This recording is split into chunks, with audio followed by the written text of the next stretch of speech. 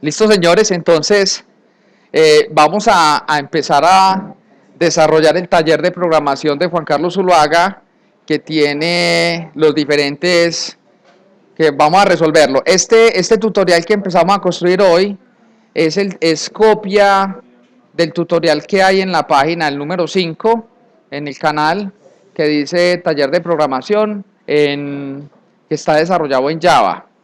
Y también está el tutorial número 15, que está desarrollado en otra herramienta que se llama DevC++. Este viene siendo el tutorial, creo que número 19, en el cual vamos a desarrollar todos los enunciados del taller, pero los vamos a desarrollar en C# para que les quede fácil su estudio. Entonces, el primer enunciado, primer punto, dice, me fui al fondo, dice, aquí está. Construir un programa que pide un número y luego diga si este número es par o no. Entonces, ¿cómo hacemos eso? Fácil. Vamos a irnos aquí al Visual Studio. Vamos a crear un nuevo proyecto. Y al proyecto ya le ponemos un nombre.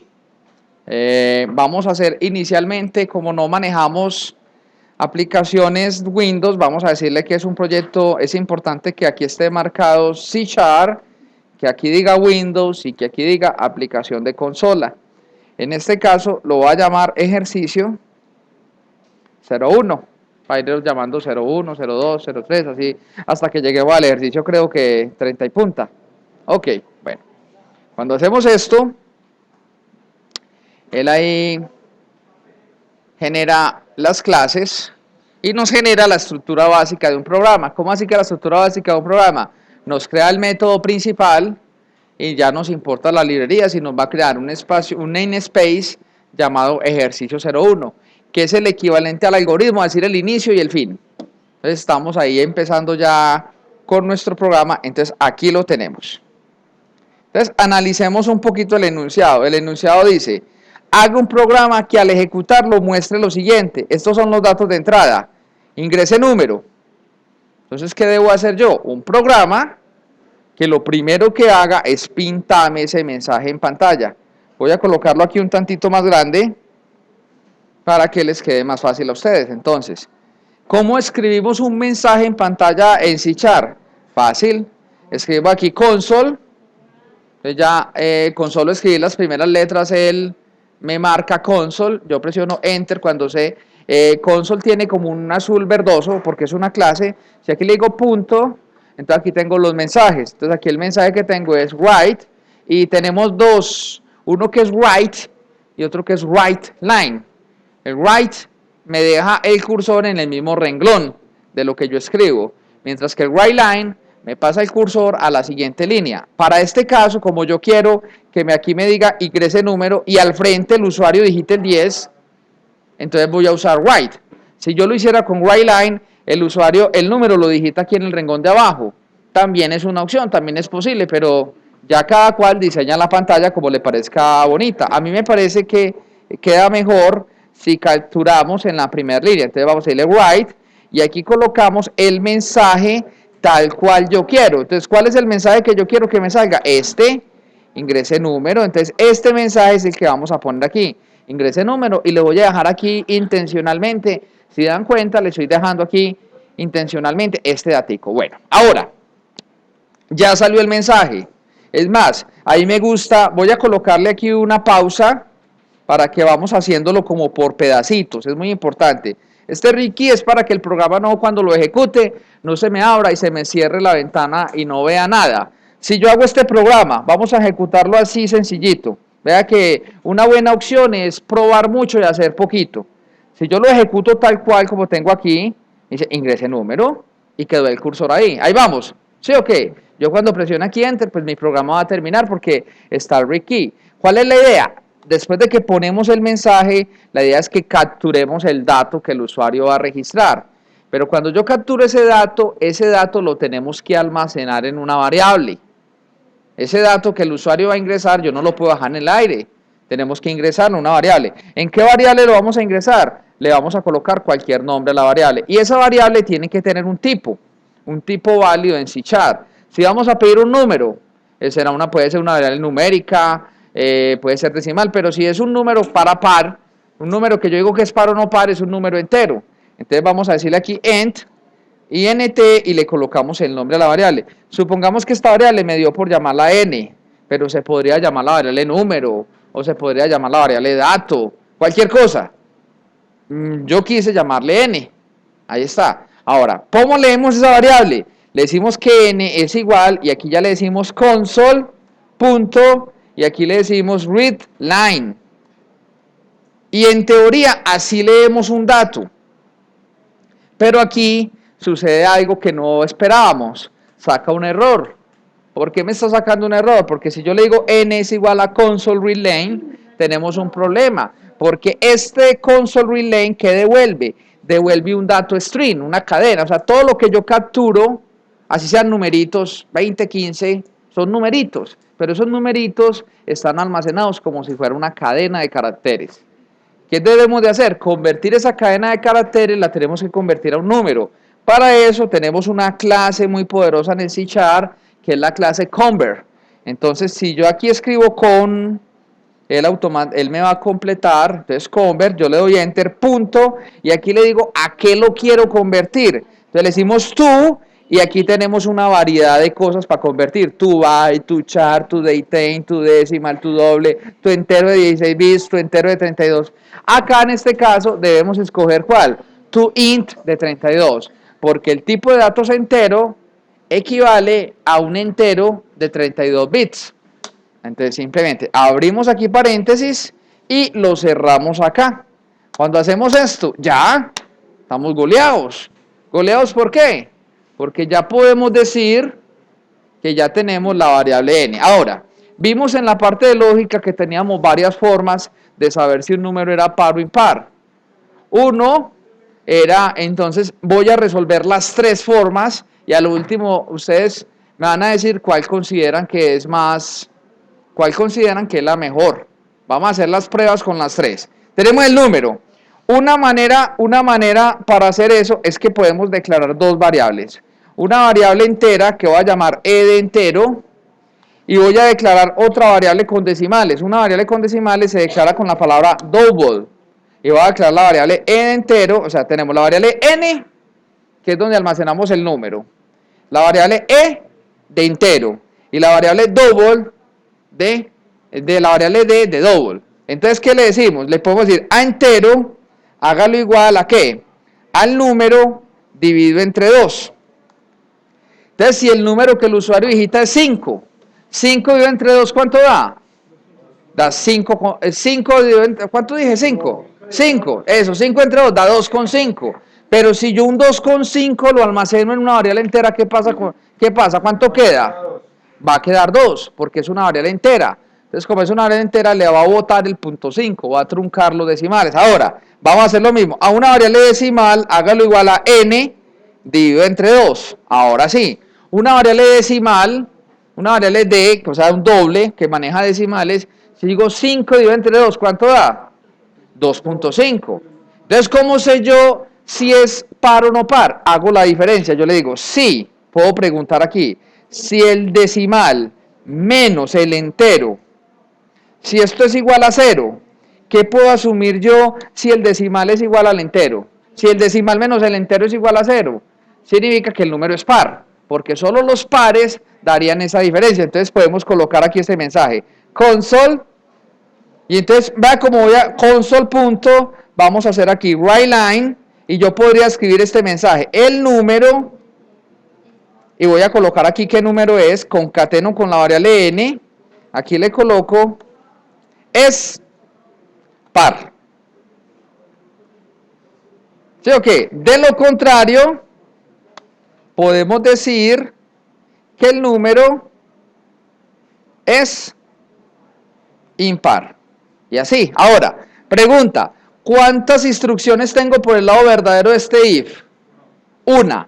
¿Cuántas instrucciones por el lado falso de este if tengo? Una. Pregunta, ¿yo puedo dejar este if así? ¿O tengo que ponerle los llaves? Lo puedo dejar así, porque cuando es una sola instrucción, esta sintaxis es válida. Yo no tengo que ponerle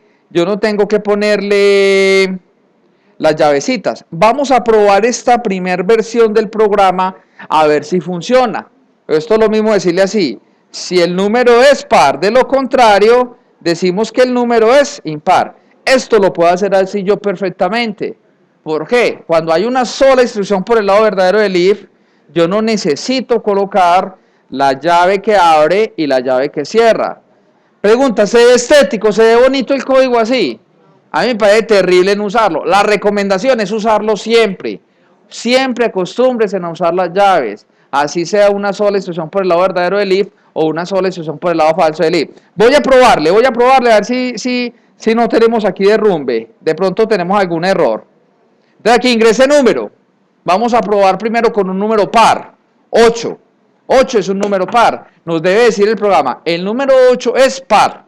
Vamos a darle enter y efectivamente me dijo, el número 8 es par. ¿Está claro? ¿Está bueno? Funcionó para los pares, pero vamos a ver si funciona para los impares. Metamos un número impar, por ejemplo el 11. Enter. Me dice, el número 11 es par. Entonces, efectivamente, hay un problema. No está funcionando. Les voy a decir por qué. Normalmente, cuando yo almaceno decimales, me toca hacer un casting.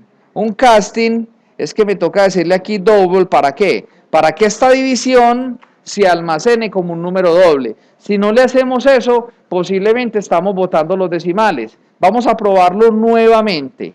Vamos a darle play al proyecto. Ingrese número. Vamos a probarlo con los impares. 11.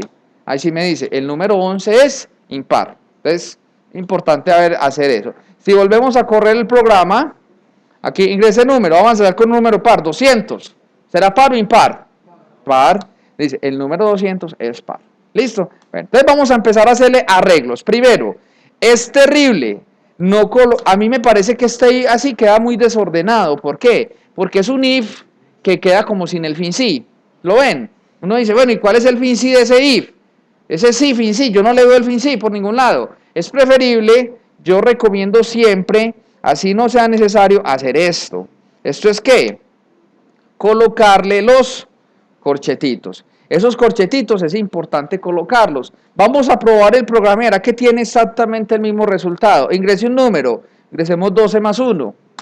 Entonces me dice, el número 12 más 1 es impar. Ahorita probemos con otro para ver que no hayamos dañado el programa. Por ejemplo, el 2. ¿El 2 era par o impar? Par, entonces aquí me dice, el número 2 es par. Bueno, por el momento vamos bien. Ahora, una recomendación es que no se me acostumbren a concatenar cadenas y números, porque esta operación es muy pesada para el procesador. ¿Cómo es la manera más correcta de hacer esto? Decirle el número, donde va la variable, vamos a colocar aquí 0. Y aquí le decimos, ahí va la variable n. ¿Qué significa eso? Que donde va a ir este 0, lo vamos a reemplazar ¿por qué? Por esta n. Entonces decimos, el número es par, y aquí vamos a decir el número donde viene este porcentaje, este entre corcheta 0, es impar, y aquí lo reemplazamos con la variable n. Esto es muy bueno que nos acostumbremos a hacerlo así. ¿Por qué? Dos motivos. Primer motivo, es una operación que es más eficiente. Hacerlo de la otra manera es más pesado para el procesador. Y hacerlo así me va a permitir editar el número.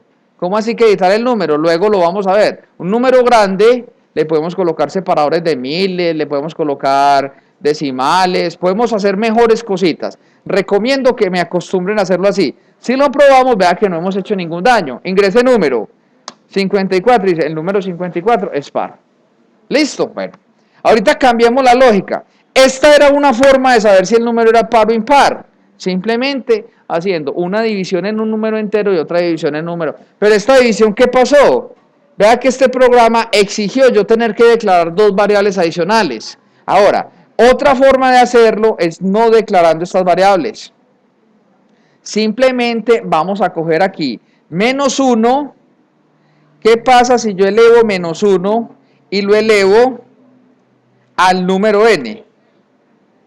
Si menos 1 elevado al número, entonces, primer problema. Así lo hacemos en lógica. Si menos 1 es igual a 1, ¿qué significa? ¿Que el número es qué? El número es par. Si yo cojo el menos 1 y lo elevo al número, me da par. Pero yo no puedo elevar así. O sea, este operador de potencia es el que utilizamos en lógica. pero en lógica yo no puedo hacer, no se hace la yo en C no puedo elevar hacia una potencia. ¿Cómo elevo yo una potencia? Ojo a esto. Para elevar voy a hacer lo siguiente, voy a decirle mat, escribo mat.pow, pow de potencia. Le digo, ¿cuál es la base? Le digo, menos 1 elevado a la n. Si le digo, si menos 1 elevado a la n es igual a 1, ¿qué puedo asumir? Que el número es par. Pero me hago entender aquí con este mat.pow. Mat.pow es que estamos diciéndole que es la potencia. Menos 1 elevado a la n. Así es que debemos de codificar las potencias en C#. Si menos 1 elevado a la n da 1, ¿qué significa? Que es par. De lo contrario, ¿qué podemos decir? Que es impar. Entonces vea que este programa es mejor que el otro desde el punto de vista que no tenemos que declarar dos variables. Vamos a probarlo a ver si es verdad, a ver si todo lo que yo digo en lógica es verdad o es mentiras. Siempre duden del docente. Vamos a darle play, ingrese número, ingresemos cualquiera. 12 más 1. Entonces aquí me dice que 12 más 1 es impar. Y probémoslo ahorita con un par. Probemos por ejemplo con 180. 180 será par o impar. Par, entonces vamos a darle enter, me dice 180 es par, funcionó. ¿Cuál es el problema de este número? Que las potencias también son muy pesadas. Cuando yo elevo menos 1 a la 180, es un ciclo que me está repitiendo 180 veces, porque tiene que ver menos 1 por menos 1 por menos 1 por menos 1 por menos 1 por 180 veces. Entonces, en términos de eficiencia, este programa gasta menos memoria, pero ¿qué problema tiene? Se está consumiendo mucho procesador. Y nosotros como programadores, así sean programas muy sencillos, debemos de garantizar que nuestros programas sean muy eficientes. Listo. Ahora, la mejor opción para saber si un número es par o no, utilizando el residuo.